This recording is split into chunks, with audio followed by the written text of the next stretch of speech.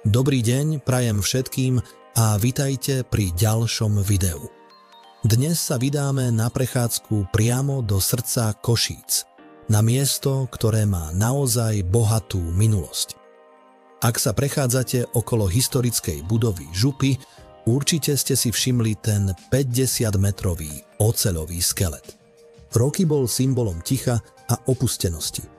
Tento skelet, ktorý bol kedysi domovom bývalého daňového úradu, je hrdinom nášho dnešného príbehu.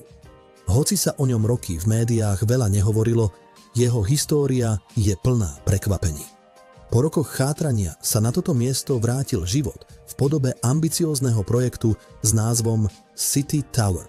Stojí za ním developerská spoločnosť EH Real Estate, ktorej pôvodný plán bol ešte grandióznejší. Luxusná rezidencia Sky One. Z ekonomických a stavebných dôvodov však museli túto víziu prepracovať a výsledkom je dnešný multifunkčný komplex. Čo nás teda čaká? Pozrieme sa detailne, prečo je projekt City Tower taký unikátny.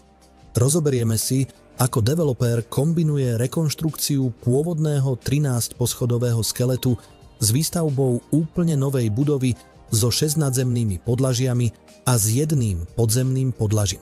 Hlavná budova bude slúžiť na administratívne účely, zatiaľ čo nová prístavba ponúkne parkovanie a apartmány. Prejdeme si aj najnovšie zmeny v projekte. Prečo investor v marci tohto roka 2025 požiadal o premenu parkovacích podlaží na byty a ako to ovplyvní celkovú kapacitu parkovania. Ako už bolo spomenuté, projekt nemal vždy takúto podobu. Pôvodné plány hovorili o projekte Sky One, ktorý mal byť 14-poschodovou luxusnou rezidenciou, pravdepodobne pre solventných klientov hľadajúcich exkluzívne bývanie v centre. Prečo sa táto vízia zmenila? Podľa dostupných informácií to bolo z kombinácie ekonomických a stavebných dôvodov. Možno nebol dostatočný dopyt, alebo sa ukázalo, že spojenie viacerých funkcií bude jednoducho efektívnejšie. Každopádne, dnešný projekt City Tower je odpoveďou na tieto výzvy a ponúka zmysluplnejšiu kombináciu pre moderné mesto. To, čo robí City Tower skutočne výnimočným, je jeho dvojitý charakter. Developer získal 2 stavebné povolenia a rozdelil projekt na 2 hlavné časti. Prvou je objekt SO01, samotná rekonštrukcia pôvodného 13-poschodového skeletu. Táto časť si zachováva historickú podstatu, no vdychuje jej nový život. Bude slúžiť primárne na administratívne účely, ale časť priestorov by sa mohla zmeniť aj na byty.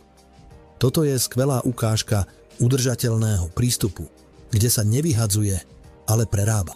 Druhou časťou je úplne nová prístavba, polyfunkčný objekt SO02 City Tower 2. Táto 7-podlažná stavba vyrastá na mieste, kde predtým bolo len parkovisko. Z architektonického hľadiska je to moderný doplnok, ktorý kontrastuje s historickým skeletom, no zároveň ho doplňa.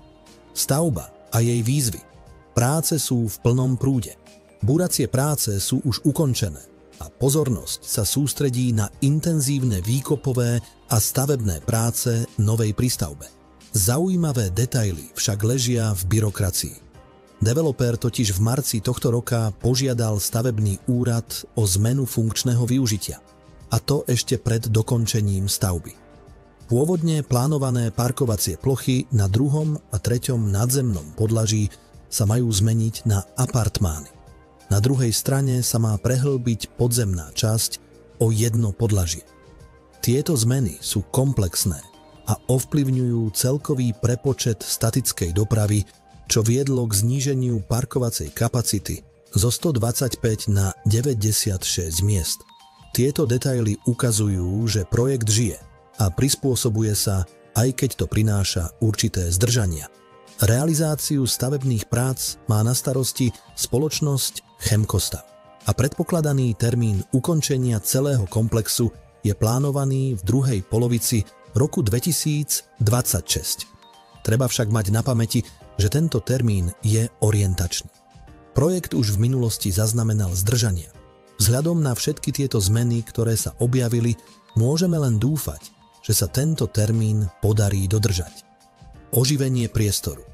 Premení roky chátrajúcu budovu na moderný a funkčný objekt, čo výrazne prispeje k oživeniu tejto časti mesta. Diskusia o urbanizme. Keďže sa nachádza v blízkosti historického centra, vyvoláva dôležitú diskusiu o tom, ako má vyzerať moderný urbanizmus v historickom prostredí. Niektorí ho môžu vnímať ako narušenie panorámy, iní ako vítaný prvok súčasnej architektúry. V každom prípade je City Tower živou ukážkou, ako sa mesto vyvíja a prispôsobuje. A ako sa hovorí, stavba hovorí sama za seba. To je zatiaľ všetko, čo sa týka projektu City Tower. Verím, že vám toto video poskytlo komplexný pohľad na jeho dôležitosť a zložitosť. Čo si o projekte myslíte vy? Dajte nám vedieť v komentároch. Nezabudnite dať like a odber pre viac podobných videí.